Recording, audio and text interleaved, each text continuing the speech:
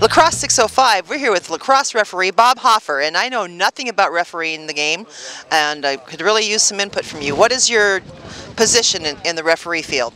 Well, right now I work with U.S. Lacrosse. I'm one of the sub-district training coordinators. I help train officials in Nebraska and the Dakotas, working with guys out of Kansas City, St. Louis, and Minnesota to help cover those areas.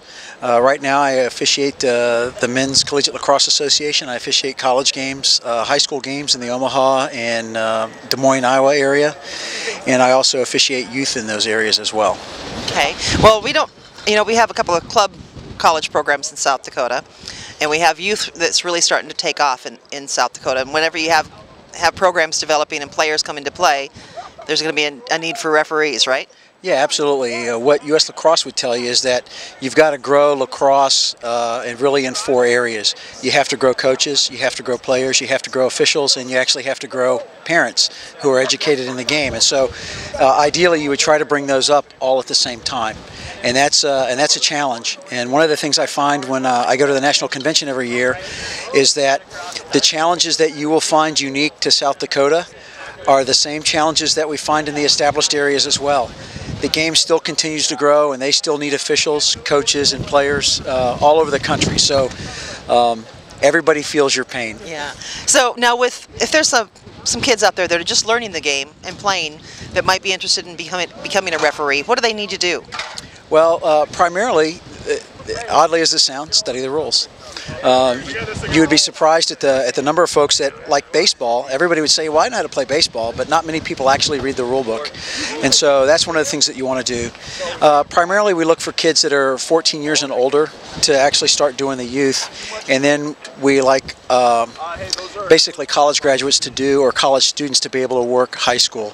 U.S. Lacrosse has level 1, level 2, and level 3 criteria. And actually if you go to the U.S. Lacrosse website at www.uslacrosse.org, there's a whole section there, and it talks about the criteria, who to contact, the things that you would need to study. So that's a good resource for anybody that's interested in lacrosse in general. Now, are there classes offered for them? There are. Or are they online? They're both. Okay. There's some online sections that you have to take, but also there's classroom portions, and then there's on-field portions. And the idea is that in your area where you're going to grow lacrosse, the challenge will be getting enough games. And so the people that want to get better will eventually have to travel to try to get as many games in. And so U.S. Lacrosse will come to you, and we'll have classes for people that are interested. And that's something that we can work out. All right. Well, we got to start somewhere.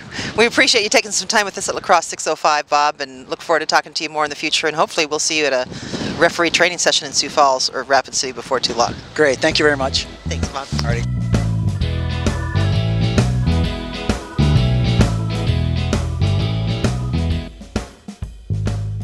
This video is brought to you by myplayerpage.com, the best place for athletes to showcase their information.